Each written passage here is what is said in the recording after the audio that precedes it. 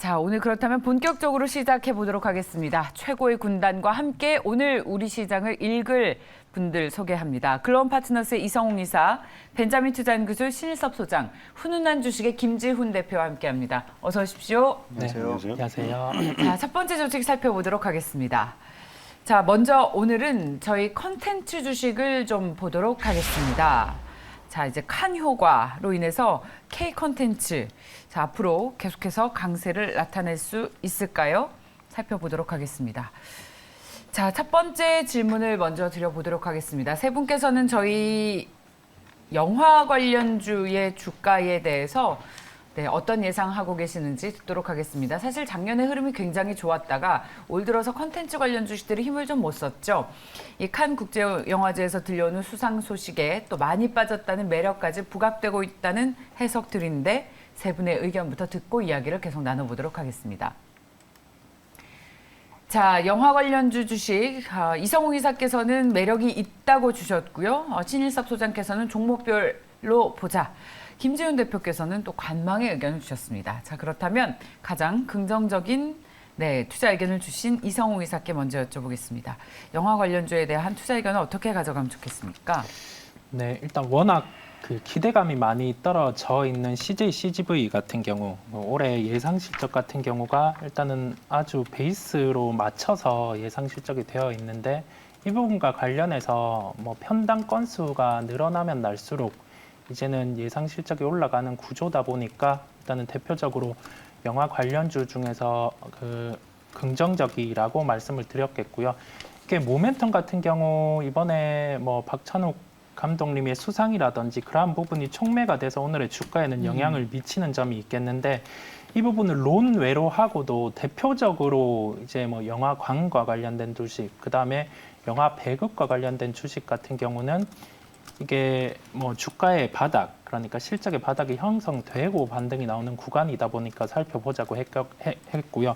그렇다고 하면은 여기에서 폭발적으로 주가 상승이 있을 수 있냐, 그 여부 자체는 지금 뚜렷하게 이게 편당 건수가 올라간다고 해서 배급이라든지 그러한 부분에 마진 프리미엄이 획기적으로 높아지는 구조가 아니다 보니까 저희는 그 부분에 대해서는 논외로 하겠고요. 오라고 말씀드린 이유는 그래도 현재 주가 수준이 오늘의 상승분을 반영하더라도 주가가 비싼 구간이 아니다라는 점에서 오를 말씀드리게 됐습니다. 자, 사실 그동안 우리나라 대표 컨텐츠 주식인 CJ 주가가 굉장히 많이 빠져서 주주들의 원성도 만만치 않았죠. CJ 을 또 대표로 해서 살펴보도록 하겠습니다. 아무래도 이렇게 봄바람을 타고 주식이라는 게 또 분위기를 탈 수 있기 때문에요. 이제 간밤에 칸 국제영화제에서 들려오는 수상 소식에 오늘 K 컨텐츠들 주식이 광범위하게 좋고 대표주로 CJ 은 앞으로 어떨지 이런 봄바람에 훈풍을 탈 수 있을지 한번 여쭤봤습니다. 자, CJ 은 어떨까요? 세 분의 의견 함께 확인을 해 보실까요? 예.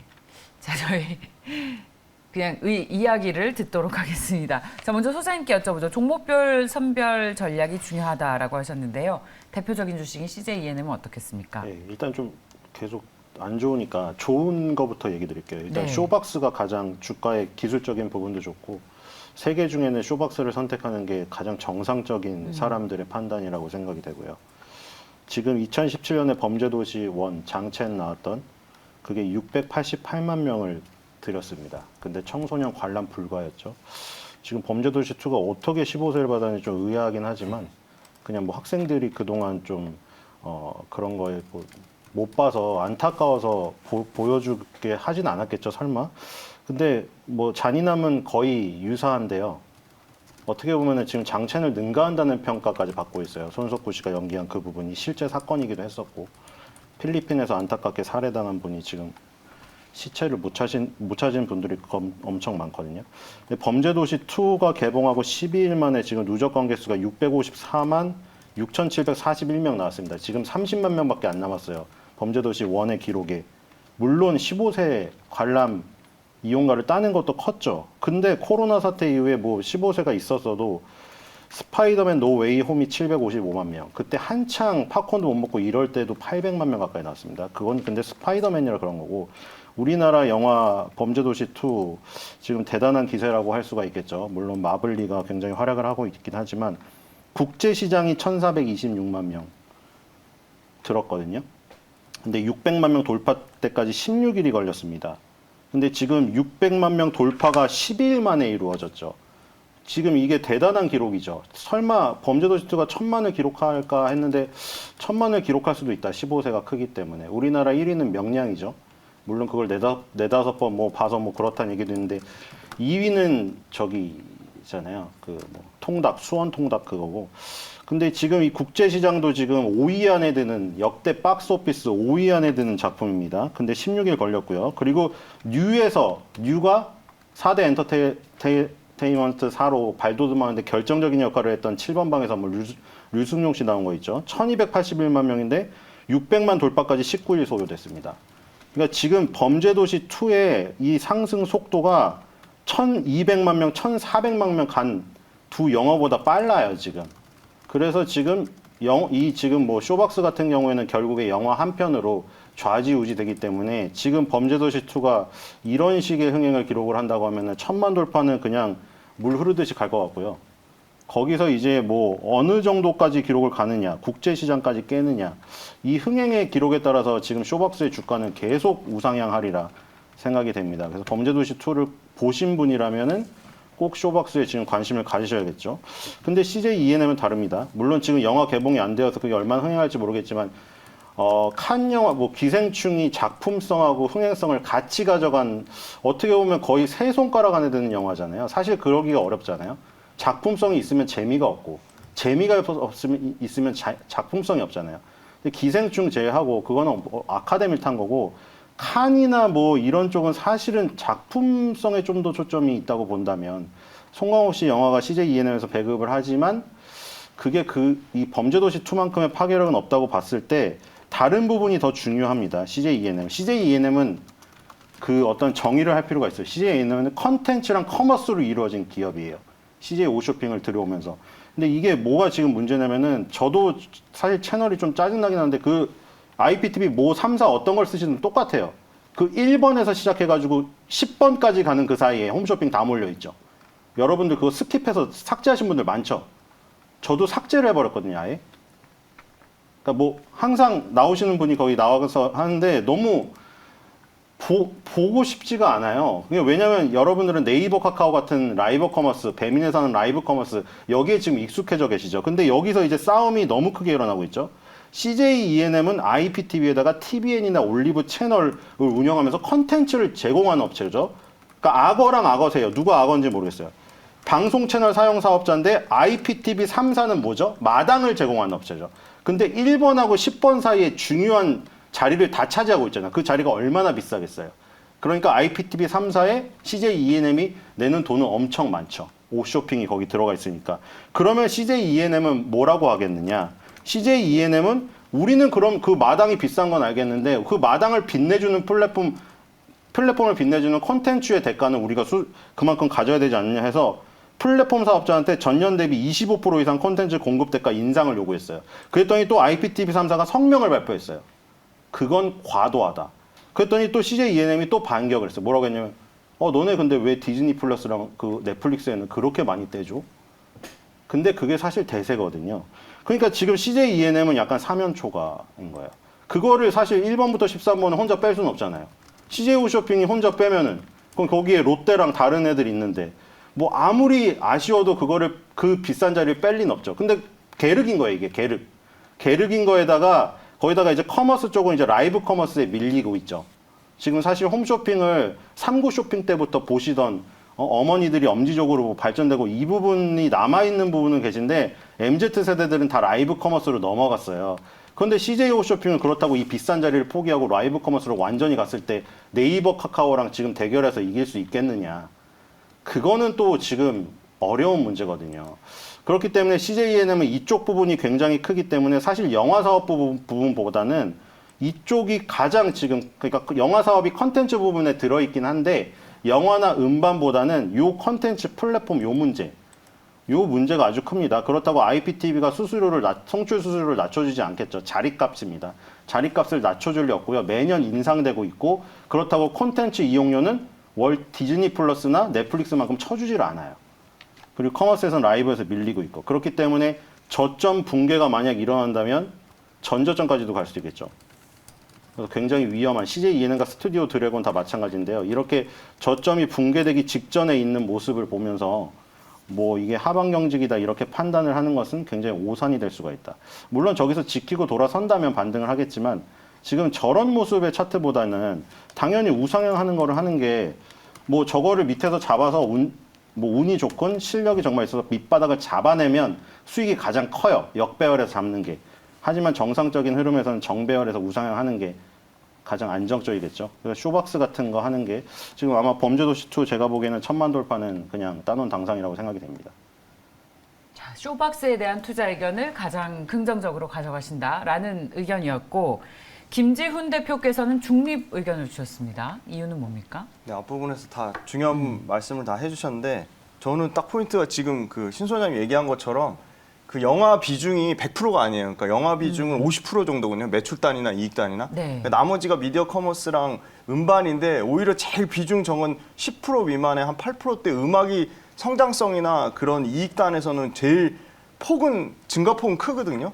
근데 그게 일단 비중이 너무 작고 미디어 같은 경우는 고마진의 상품을 내는 게 취급고가 계속 2년 연속 감소하고 있거든요. 그래서 커머스 부분에 대한 실적 성장성도 저는 조금 약간 퀘스천 마크인 것 같고 그리고 말씀 안 해주신 부분 중에 좀 유일한 게 작년에 9천억의 엔데버 인수한 부분이 지금 전혀 1분기에 벌써 180억 손실 났는데 이 부분도 그 비용단을 다 완벽하게 반영하지 않은 부분이 있고 그래서 엔데버 같은 경우 되게 엄청나게 비싸게 1조 가까이 돼서 인수했는데 그 부분에 대한 실적 관련된 뭐 가시성도 굉장히 좀 약한 상황이고 그래서 영화 관련돼서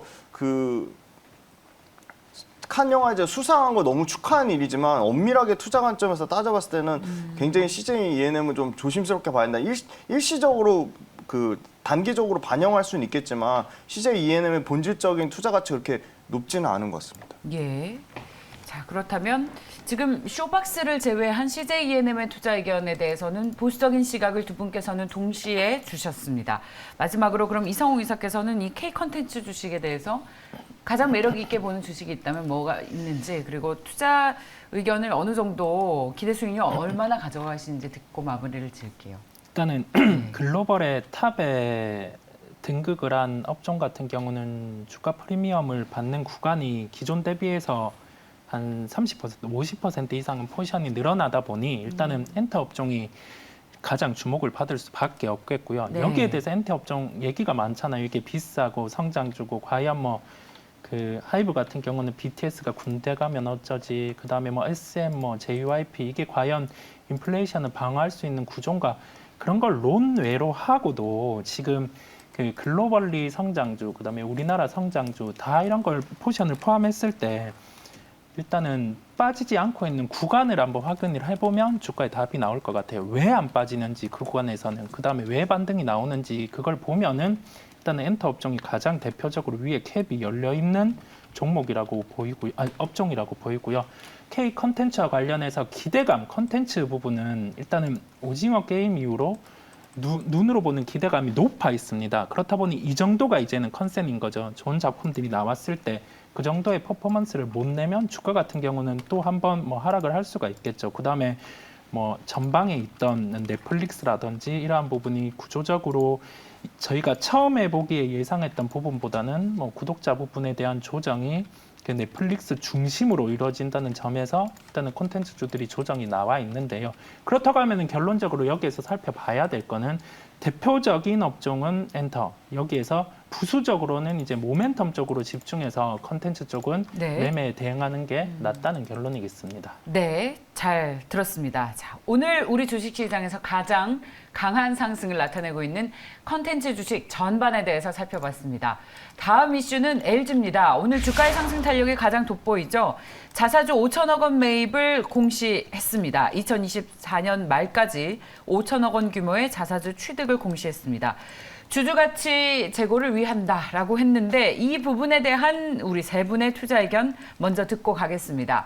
LG에 대해서 얼마나 매력을 느끼고 계십니까? 먼저 세 분의 의견이 모두 다릅니다. 이성우 이사께서는 좋다. 신일섭 소장은 투자 의견 X, 김지훈 대표 세모의 의견을 주셨습니다. 신일섭 소장님께 먼저 듣겠습니다. 자사주 매입은 주가에 보통 호재 아닌가요? 네. 일단 길게 해서 이번엔 짧게 할게요.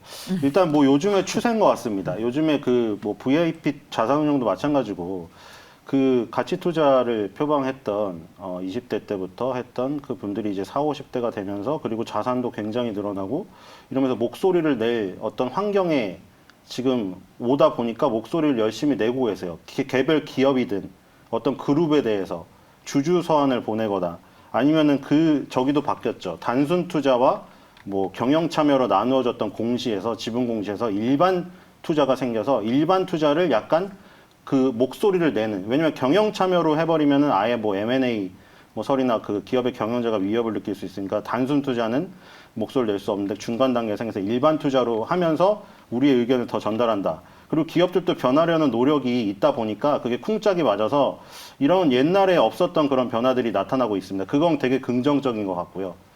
긍정적인데 이제 그 선택이죠. 그런 변화를 초기부터 마치 그 기업의 임직원처럼 들어가셔가지고 같이 그 기업의 변화를 몸소 겪으시면서 같이 시간을 투자하면서 자기의 인생을 같이 거기에 넣는 그런 분들이 있을 것이고 나는 변화된 모습이 나오고 난 다음에 들어가겠다. 저는 그래서 후자인 거예요. 왜냐하면 그 지주회사들 매년 한 번씩 나옵니다. 금융주도 나오고 보통 나오는 게 그렇게 두 개인 것 같아요. 뭐 KTNG 같은 유틸리티주도 마찬가지고 KT 같은.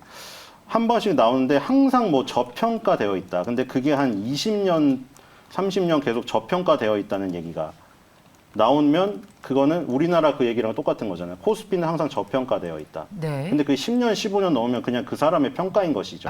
예. 그렇기 때문에 지주회사가 맨날 뭐 PER이 낮고 PBR이 낮고 그거는 매년 마찬가지고 저는 그게 업그레이드 되는 모습이 나올 때, PER, PBR이 높아질 때, 네. 그때 들어가고 싶지, 같이 이제 뭐 이런 변화하는 것을 임직원의 마음으로 같이 참여해서 시간을 보내기는 싫다. 왜냐하면 훨씬 더 매력적인 기업들이 많이 있기 때문에. 상승의 그러면- 서막님께서 소장님 얘기를 듣더니 20년 저평가면 저평가가 아니죠. 그냥 있잖아요. 낮은 수준 너는 인건이다. 대기만성형이니까 언젠가 성공할 거야. 그 말 참 그러다 정말 할아버지가 돼버리셨어요. 정말 싫어해요, 저도. 예, 그러면 그분은 이제 평생 인생에 그냥 그 정도의 그렇게 사는 능력친 거죠. 매년 대기만성이래요. 그러다 지금 수십 년이 지났는데 언젠가는 성공할 상이다. 그게 20년이 지났습니다. 이성우 이사님 혹시 투자 의견을 O로 주셨으니까 네. 다른 의견이 있으시다면 설명을 좀 해주십시오. 우리나라가 지주사가 저평가를 받고 있어요. 네. 근데 그 저평가라고 일컫는 게 적정평가인지 저평가인지 그 부분을 논하기에는 아주 얘기가 그래요. 왜냐하면은 네. 그 해외 특히 미국에 대입을 해봤을 때 지주사의 더블 카운팅 이런 개념이 존재를 하지가 않거든요. 그 다음에 뭐 지주사 같은 경우는 대표적으로 그 그나마 매매하면은 사업지주 회사라든지 아니면은 이 더블 카운팅 같은 경우도 명확한 구조를 이게 명확한 구조도 아주 모호한데 뭐 그러한 구조를 갖춘 기업인 경우가 좀 매매를 할 그 부분이 있다 보니 좀 아주 난해한 지주사의 플레이는 난해하기는 한데 자, 이 이벤트만 놓고 봤습니다. 자, 5천억의 자사주 매입이죠. 현재 그 LG 같은 경우는 지주사 중에서 가장 낮은 레벨의 단계에 위치한 주가에 있는 기업입니다. 그 다음에 그 5천억의 자사주 매입을 하면서 코멘트가 자사주의 매입에 대한 부분을 당장 매도보다는 소가까지 플레이를 할 수 있겠다, 할 수 있다는 언급을 했고요. 배당 가능에 대한 부분, 그러니까 배당 여력을 배당금 수익이라든지 그 부분에 대한 배당을 연결하겠다라는 부분을 삭제했기 때문에 추가적인 배당도 가능합니다. 현재 배당 수준 약 3.6%대 수준에서 플러스 알파 요인, 최소한 보수적으로 하더라도 현재 시가총액 12조에서 20% 정도의 상승 여력이 있습니다. 오늘 5%, 6% 상승을 했잖아요. 추가적인 상승 요인이 있기 때문에 저는 오라고 말씀을 드렸고요. 좋습니다. 이게 바닥권에 위치한 지주사들의 그 주주 관련된 사항이 변화가 된다고 하면은 시장의 시각도 달라질 수 있기 때문에 오늘 그 LG가 이행한 자사주 매입부터 이제 뒤에 코멘트를 했던 부분을 잘 보시면 될 것 같아요. 배당 부분에 대한 코멘트. 그다음에 자사주 매입 이후에 우리가 어떤 식으로 퍼포먼스를 내겠다라는 포지션, 아니 그 언급을 함께 보시면 이제 그 지주사 같은 경우 우리나라가 시각이 많이 좋지 않지만 변할 수 있는 환경에 첫 번째가 또 LG가 됐으면 하는 바람도 함께 투영을 해봤습니다. 예. 와, 이걸 듣는 우리 투자자분들 고민이 더 깊어지실 것 같은데, 자, 이제 배당을 준다라는 이슈만으로도 단기 20% 현재 시가총액의 추가 상승 가능성이 있다라는 이성우 이사님의 의견과, 자, 지주사가 20년 저평가된 건 저평가가 아니다. 그냥 그렇게 낮게 가는 거다라는 저희 신일섭 소장의 의견 엇갈리고 있습니다. 세모의 의견을 주신 김지훈 대표님.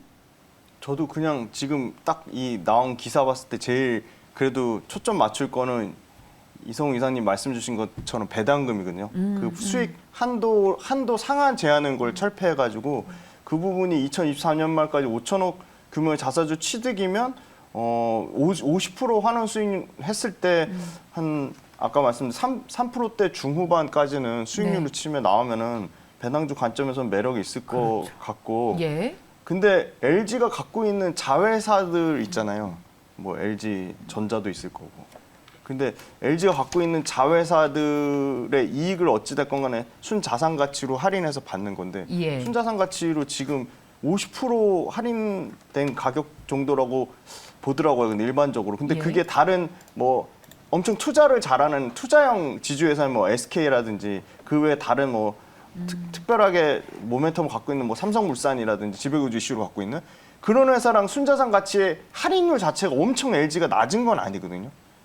그럼 그렇다고 LG가 갖고 있는 자회사들이 그냥 LG 갖고 있는 자회사들의 사업성이 좋으면 그 사업성 좋은 밑에 원래 사업회사에 투자를 하는 거고 LG 자체의 본질적인 가치는 저도 너무 잘 모르겠습니다. 너무 그렇게 크게 예. 투자 메리트가 높지 않다. 아주 명확하십니다. 네. 정리해보면 배당주로서의 매력은 있다. 하지만 LG그룹의 사업에 주목한다면 투자 매력이 그렇게 높은 것 같진 않다. 네, 이제 자회사들의 맞습니다. 네. 지분법 평가이익을 고려해보면 지금 주가가 싼 수준이라고 말할 수도 없고 앞으로의 성장성을 기대하는 것보다는 배당주로서의 매력은 있다. 여기서 추가 상승 여력 20% 정도 있다. 아주 명확한 투자 의견을 주셨습니다. 상승의 서막님께서도 개인이 배당주를 투자하는 데 있어서 얼마나 높은 기대 수익률이 올릴지 모르겠다라는 의견을 주셨습니다만 이건 또 역시 투자 성향에 따라서 투자 규모에 따라서 다른 거죠. 3.4%의 배당을 준 거는 사실 굉장히 높은 수준이기 때문에 지금과 같은 시대에 네. 참고하시기 바랍니다. 저는 아주 명확한 투자 의견을 잘 들었습니다. 자, 다음 이슈는 위메이드를 보도록 하겠습니다. 오늘 이제 게임주들이 외국인 투자자들의 수급이 들어오면서 저점에서 많이 반등하고 있는데 위메이드는 단순 게임주로 볼 수는 이제 없을 것 같습니다. 자, 이제 완전히 이른바 코인 주식으로 6월에 달러 코인을 발행한다고 하는데 위메이드에 대한 투자 의견을 한번 들어볼까요? 세 분께 여쭤봤습니다. 위메이드, 이성우 이사는 늘 한결같이 오. 신일섭 소장과 김지훈 대표께서는 투자 의견 X를 주셨습니다. 김지훈 대표께 먼저 여쭤보겠습니다. 일단 위메이드 본업인 게임이 잘 돼야 되잖아요. 근데 게임이 지금 이제 미르 그 모바일 버전 MMORPG가 이제 6월달에 출시 예정된다고 하는데 그거 아직 어떻게 될지 이제 테스트 진행 중이라고 하는데 본업인 게임이 저는 얼마나 잘 되는지 그걸 솔직히 잘 모르겠고요. 제가 이 미르 게임을 잘 모르거든요. 그래서 만약에 소장님 아시면 좀 추가로 설명해 주시면 좋을 것 같고 예. 그다음에 이거 위믹스 관련돼서 일단 제도적으로 법제화가 안 됐잖아요. 일단 예. P2E가 그 법적으로 금지가 돼 있고 그래서 다 이게 일종의 그 위믹스 관련돼서 뭐 그 장영욱 대표님 나와서 뭐 이렇게 하겠다 저렇게 하겠다 막 얘기는 많이 하는데 실체가 나온 게 사실 없거든요, 사실. 그래서 저는 제가 오히려 이 블록체인 관련된 기술을 공부해서 그쪽 그 뒷단에서 하는 사업을 공부하는 게 낫지. 이게 실제 지금 뭐 법적인 부분도 그렇고 실제 뭐 플랫폼 해서 하겠다는 건지 숫자로 이게 위믹스 관련된 부분은 매출이 뭐 10억 정도 이렇게밖에 발생이 안 되거든요, 실제로. 그래서 저는 이 부분 제가 잘 몰라가지고 저는 굉장히 좀 보수적으로밖에 말씀드릴 수밖에 없을 것 같습니다. 네. 일단 뭐 저는 스타 세대인데 요즘에 롤 뭐 다시 4,000명 지금 부산에서 열린 거 왔다고 하더라고요. 근데 뭐 시간도 사실 롤은 오래 걸리고 어려운데 뭐 저는 아직도 뭐 스타 뭐 강민 씨나 맨날 뭐 안기호 씨나 이런 거 많이 봐요. 홍보 씨 거 요즘에 회사원들 다 응가스 할 때 다 홍보 씨 영상 보고 있잖아요. 근데 그 스타크래프트가 이제 PC방의 대세를 이룰 때 거기서 이제 전략 시뮬레이션에서 좀 싫은 애들이 이제 리니지 쪽으로 갔거든요. 김희철 씨도 그렇게 갔고요. 스타 하다가 리니지로 간 다음에 롤로 가셨죠. 요즘 스타 다시 하고 계시던데. 근데 거기서 이제 리니지 쪽으로 간 쪽, 거기 그때 탄생된 것들이 미르, 바람의 나라, 뮤, 리니지 이거예요. 20년 전에 1998년에서 2000년, 2년. 그때 울거먹던 걸 지금 아직도 울거먹고 있죠. 그게 어떻게 보면은 우리나라가 그쪽이 강점이니까 계속 키워온 걸 수도 있고 다른 걸 안 한 거죠. 근데 거기서 위메이드가 이제 미르는 그 2000년대 IP를 그대로 갖고 온 거 거기서는 똑같은데 이제 지금 이제 돌풍을 일으킨 게 리니지랑 거기서 갈린 거죠. 리니지는 돈을 써야 되는데 자기는 돈을 번다. 플레이 투 원. 근데 그 배경에 가장 중요한 거는 코인 가격이 올라야 됩니다. 왜냐면 그거를 벌어서 지금 동남아시아 4인 가족은 거기 매달리고 있거든요. 우리나라 돈보다 동남아시아 화폐 가치는 낮기 때문에 거기서는 충분히 미르포를 열심히 4인 가족이 매달려서 하면은 생활비를 벌 수가 있어요. 만약 그렇게 되면 굉장히 좋은 흐름인데 지금 뭐 비트코인이랑 뭐 이더리움 가격도 떨어지고 더 중요한 건 지금 이믹스 달러를 내놓는다고 한 게 요즘에 그 이슈가 되는 스테이블 코인이에요. 스테이블이 영어로 안정적인이잖아요. 왜 안정적이냐 했더니 이게 가상화폐여서 인정을 안 해주고 뭐 각 국가에서 인정해 준 때는 조금 있었지만 그래서 달러라는 기축통화랑 연계를 시킨다는 거죠. 근데 하필이면 또 루나테라 사태가 터졌잖아요, 지금. 아시죠? 한창 지금 이슈가 되고 있고 뭐 유튜버 가서 무슨 아내가 있는데 초인종을 누르고 뭐 지금 그 사건이 터졌잖아요. 근데 그 루나테라가 지금 그 스테이블 코인이었거든요. 그래서 이 대표님은 뭐 우리는 다르다 그거랑 왜냐면 우리는 게임을 기반으로 하는 거기 때문에 플레이 투 원 게임을 기반으로 해서 그게 위믹스 달러를 해서 이믹스의 어떤 그 왕국을 차리고 거기에 이제 100개 정도의 게임이 올라갈 것이다. 근데 이제 어쨌든 결정적으로 나중에 결국 코인을 환전해가지고 생활을 해야 되는데 가격이 떨어지면 안 좋잖아요. 예를 들어 지금 미국 나스닥에서 코인 COAN이에요. 티커도 코인베이스 글로벌 그 가상화폐 거래소 지금 원점으로 돌아가거든요. 주가가 원점으로. 그리고 대표적인 거 테슬라가 이 전기차의 대명사라면 가상화폐의 어떤 대표주는 또 뭐죠? 엔비디아잖아요. 엔비디아가 지금 급락을 면치 못하고 있잖아요. 지금 엔비디아 그래픽카드가 없으면 이더리움 채굴을 못해요. 근데 지금 그래픽카드 다시 가격 지금 내려가고 있어요. 용산 전자상가 같은데 가면은 다시 구할 수 있게 되고 있거든요. 그러니까 엔비디아랑 코인베이스 글로벌이라는 이 그 가상화폐 거래소와 예. 그래픽카드의 가격이 급락을 하는 걸 보면은 지금 코인의 가격이 굉장히 좋지 않은 상황이기 때문에 이 게임을 기반으로 했다고 해도 결국에 코인의 가격이 급락을 하면 게임을 기본적으로 하는 사람이 흔들리게 될 수밖에 없다. 네. 그 기본층이. 그렇기 때문에 이게 코인의 가격이 이 흔들리는 상황 속에서 얼마나 게임의 흥행을 계속 유지할 수 있을지 그게 의문이고요. 예. 네. 위메이드에 대해서 오를 말씀드린 이유는 일단은 그 미르M 그러니까 기존의 미르4 같은 경우에 게임을 이어져 오는 그런 퍼포먼스가 이어질 수 있는 기대감이 오늘 주가에 반영이 되는 구간으로 저희가 해석을 해 볼 수 있겠고요. 그렇다고 하면은 여기에서 매매 같은 경우 우리가 어떻게 생각을 해야 될지 미르엠의 내일에 이제 사전 예약 그러한 부분이 데이터가 못 나오면 이거는 과감하게 또 매도를 하고 나와야겠죠. 근데 오늘에 대한 기대감이 반영되는 구간, 그다음에 기존에 가지고 계신 주주분들께서는 충분히 내일까지 데이터를 볼 수 있는 구조라는 그러한 점에서 오를 드렸고요. 저도 말씀에 동의를 하는 부분은 그 위메이드 달러 같은 경우가 우리는 다르다라는 얘기를 했고 그 중점에는 뭐 디파이 서비스를 통해서 우리도 연 20% 수익률을 제공을 할 거고 그다음에 우리는 명확하게 이게 수요와 공급처 그 부분이 확보가 돼 있다라는 언급을 했어요. 근데 다만 이게 구조가 저희가 명확하게 루나, 테라 그 부분과 다르다라고는 얘기를 못 하거든요. 네. 근데 이거는 또 시장에서 판단을 해줘야 될 것 같아요. 여기에서 분명히 시장 참여자들 같은 경우는 루나, 테라의 빈틈을 위믹스에서도 찾을 수가 있을 거거든요. 예. 그러한 요소가 발생을 했을 때는 뭐 지금과는 아주 다른 나쁜 케이스로 주가가 흐를 수도 있다는 나쁜 케이스. 점도 저희가 생각을 하고 예. 첫 번째로 일단 오늘의 주가의 상승 자체는 내일의 미르엠의 미르엠 출시에 대한 모멘텀을 반영하고 있는 단계다. 그렇다고 하면은 우리는 내일까지 미르엠의 결과를 보고 그 주가를 대응할 필요가 있겠고 그 예상보다 데이터가 못 나오면 과감한 매도도 필요하다는 점. 그다음에 네. 구체적으로 위믹스의 흐름을 보고 이 주가의 플레이를 하시는 분들은 위메이드 달러에 대해서 공식적으로 아마 이 부분에 대해서 또 뭐 우리는 어떤 구조가 명확하고 어떤 구조로 지금 연결이 돼 있다는 점을 오픈을 할 거예요. 그 오픈에 대한 점을 보고 시장 흐름을 보고 예. 대응을 하는 게 지금 국면에서 위메디를 종합적으로 놓고 봤을 때는 대응하는 뭐 예. 시각의 중점이라고 말씀드릴 수 있겠습니다. 이 장형국 대표가 여기저기 언론에 나와서 적극적으로 회사를 홍보하고 있더라고요. 그래서 궁금하신 분들은 그런 영상 찾아보셔도 될 것 같고 어쨌든 과거에는 코인이라고 하면 그야말로 급등의 기대감이 있었는데 이제는 코인 리스크, 위믹스 리스크도 고려하자라는 세 분의 의견 종합을 해볼 수 있을 것 같습니다.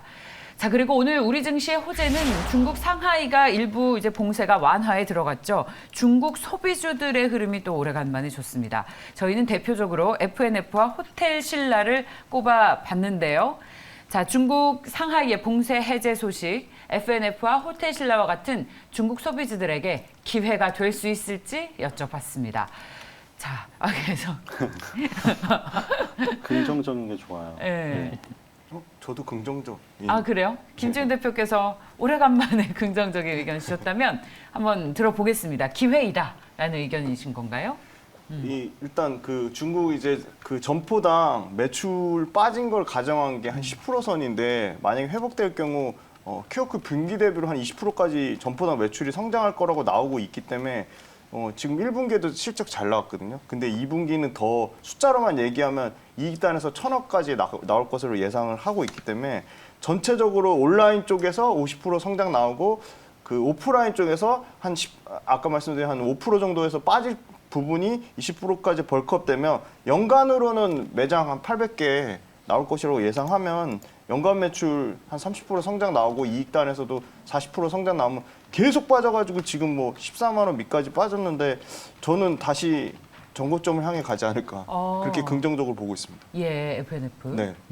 아 그리고 테일러메이드 인수 관련돼서 계속 지금 더 비싸게 2배 주고도 사겠다고 나오더라고요. 예. 그 기존 갖고 있는 주주들한테. 예. 그래서 그것도 모멘텀이 좀 되지 않을까. 이제 그 지분 한 3천억 정도밖에 없더라고요. 갖고 있는 거를. 예. 그래서 그걸 더 사겠다고 하면 그것도 테일러메이드 관련된 부분도 이슈로 나올 것으로 예상하고 있습니다. FNF가 지금 14만 5천 원이고 전고점은 거의 20만 원 부근인데 전고점까지 테일러메이드 이슈까지 더해져서 갈 수 있을 것이다. 사실 좀 길지 않게 짧게 우리 소장님의 말씀을 들어야 하는 것이 FNF가 최선호 주셨다가 과감하게 포트에서 제외하셨어요. 혹시 중국 봉쇄 완화 소식으로 투자 의견을 다르게 가져가시는 부분이 있는지 아니면 기존과 같은지 좀 투자 의견. 뭐 포트가 따로 있진 않은데. 네, 포인트 짧게 그냥 그때 가겠습니다. 말씀드린 대로 그냥 반등 그 FNF가 중국 노출도가 별로 안 되는데 중국 때문에 빠진 거는 액면 분할에서 개인 투자자들이 많이 붙어서 수급이 약해져서 그런 것 같다고 했고 더 네이처 홀딩스가 좀 더 낫지 않겠냐 그냥 그 얘기 드린 거고요. 네. 호텔 신라는 안 될 것 같고요. 네. 한마디로. 그리고 형 동생이 다 잘 나가잖아요. 예. FNF랑 삼성출판사가 형 동생이 하는 거 아시죠? 창업주의 형 동생이 친형과 각각 하나씩 친동생? 했는데 한 분은 의류 쪽으로 가시고 한 분은 출판 쪽으로 다 잘 됐는데 저는 오히려 삼성출판사가 지금 핑크폰 그 회사 상장하잖아요. 그쪽이 좀 더 괜찮지 않을까. 더 매력 있다. 네, 자, 형 동생으로 엮어서 약간. 중국 봉쇄 이야기로 이제 삼성 출판사까지 투자 의견을 확장해봤습니다. 자, 여기까지 듣겠습니다. 그리고 저희 마지막으로 효성 첨단 소재를 좀 보려고 합니다. 탄소 섬유 없어서 못 판다고 하죠.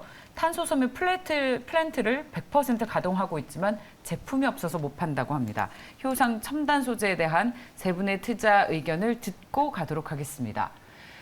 자, 이번에도 이상하게 오늘이 날인지. 아니 좋은 거죠. 예, 시장은 늘 긍정적으로 해주셔야 좋아요. 그럼요. 강소론자들이 돈을 결국 벌게 돼 있습니다. 비관론자들은 명예를 얻고요. 10년마다 한 번씩. 자, 그렇다면 왜 효상첨단 소재에 대해서 X 의견을 주셨는지 소장님께 또 들어볼까요? 아, 저 먼저 또? 예. 아, 저는 그러니까 지금 뭐 이게 워낙 팬들이 많으셔가지고 좀 그런데 효성첨단 소재나 금호석유나 다 마찬가지인데 이게 다시 만약 정고점을 가려면 저는 솔직히 목표 주가가 너무 자주 바뀐다는 생각이 들어서 효성첨단 소재 아마 160만 원짜리 있을 거예요. 그러니까 물론 그때 호황을 계속 된다고 본 건데 뭐 그 내용이 배경은 그거였어요. 효성첨단 소재가 위드 코로나 시기로 가서 뭐 레깅스를 덜 입는다고 해도 결국 스판덱스잖아요. 그런다고 하더라도 효성첨단 소재의 그 가격 결정권 우위가 있기 때문에 그건 계속 될 것이다 해서 150, 160을 준 건데 아무리 생각해봐도 지금 뭐 레깅스를 그렇게 즐기거나 뭐 밖에 나가서 옷을 일상복을 레깅스로 입는 시대가 온다고 해도 아무리 그래도 집 안에서 맨날 레깅스 입고 무슨 그 노끌기를 한다거나 뭐 사이클을 탄다거나 이런 분들도 지금 호캉스 다들 예약하셨거든요. 그분들도 예. 뭐 호텔 가서 레깅스 입고 맨날 3박 4일 동안 그 홈트만 하실 거 아니잖아요. 그리고 금호석유 뭐 지금 비닐 장갑 끼고 연인들 한강 가서 연인들 한강 가서 막 그 돗자리 말이 하고 계시죠, 막. 근데 그 돗자리 말이 하는데 거기서 스킨십을 손으로 느껴야지 비닐 장갑 끼고 느끼면 스킨십의 맛이 안 나잖아요. 네, 소장님. 네. 감사합니다. 그러니까 그 정점을 가려면 그거 이상이 돼야 되는 거예요. 예. 근데 그 이상이 되려면 딱 한 가지밖에 없다. 원숭이 두창이 코로나보다 더 심하게 확산되는 경우. 그거밖에 없는데 그건 상정하기가 어려운 확률인 예. 것 같아서 그렇습니다. 이제 공학 전문가이신 김지훈 대표님의 반격이 시작되겠습니다. 저는 공학 전문가 아니고요. 제가 반격하려는 건 아니고 예. 말씀 주신 그 슈퍼섬유 부분이 있는데 하여튼 본업은 더 많은 매출 비중 포지션을 차지하는 건 타이어 코드거든요. 타이어 코드가 잘 팔리고 있어요. 그리고 타이어 코드를 증설하는 데가 없어요. 효성 첨단 소재가 증설해야지 타이어 코드가 그 가격의 압박도 받고 하는 거거든요. 근데 타이어 코드 지금 뭐 글로벌 점유율로 PET 같은 경우는 50% 되는데 타이어 코드가 지금 그 기존 신차만 들어가는 게 아니고 과거 재생용 타이어에도 당연히 들어가고요. 그게 매출단에서 50% 정도 나오고요. 그리고 원래 재작년인가요? 시세가 엄청 뽑았다는 거는 탄소섬유 기대감인데 탄소섬유 기대감 그거 다 박살 났거든요. 지금 60% 가까이 빠졌는데 그 박살 난 게 이제 탄소섬유가 숫자가 찍히거든요. 그 좋은 아이디어가 캐펙스 투자가 증가하는 거는 굉장히 어려운 상황에서도 너무 투자하기 어려운 상황에서도 좋은 투자 아이디어라고 보는데 캐펙스 투자가 4,000톤에서 이제 2배 가까이 이제 내년만 해도 9,000톤으로 2.3배 정도 증가하거든요. 그러니까 캐펙스 투자가 된다는 건 그만큼 매출과 이익에 대한 자신감이고 탄소섬유 자체가 비싼 소재로 뭐 항공기에만 쓴다고 하는데 이제는 뭐 고급 자전거라든지 그리고 최근에 조금 그 이슈가 들어오는 게 태양광 쪽 인곳 단열재로 쓰이거든요. 그래서 이 매출처가 다변화되고 있어. 산업용으로 그레이드가 업그레이드 돼가지고 매출처가 다변화되는 탄소섬유 캐펙스도 증가하는데 수요단에서도 증가가 나오기 때문에 이 부분은 탄소섬유가 실적으로 반영될 것으로 보이고 2023년에 흑자 전환할 거라고 예상을 했는데 작년에 흑자 전환했거든요. 탄소섬유 부분에서. 그래서 이게 이익단에서 비중이 1% 미만이었는데 올해 한 8%까지 올라오고 내년에 한 13%까지 아라미드 섬유까지 합쳐서 말씀드린 겁니다. 그래서 이 부분이 다시 이제 실적으로 숫자가 찍히는 슈퍼섬유의 그 모멘텀이 효첨에 나올 것이다. 저는 그렇게 보고 있습니다. 네. 자, 여기까지 이제 시간이 다 돼서 네네. 한마디 정도로 이상우 이사님의 의견을 안 네. 듣고 가면 아쉬울 것 같으니까 예. 효성 첨단 소재의 본업과 예. 그 성장 감안한 가치 자체는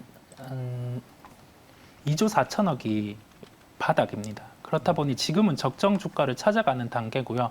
여기에서 탄소 섬유 가격의 상승, 그 다음에 추가적으로 그 타이어 코드는 전방이 안 좋거든요. 전방이 안 좋은 상황에서 여기에서 뭐 봉쇄라든지 그러한 요인이 풀린다고 하면은 올해 실적의 예상치가 올라가면서 자연스럽게 뭐 한 3조 정도의 시가총액은 기본적으로 가능하다 보니 제가 오를 들었습니다. 좋습니다. 의견 잘 참고하시고 투자 의견 세우셨으면 좋겠습니다.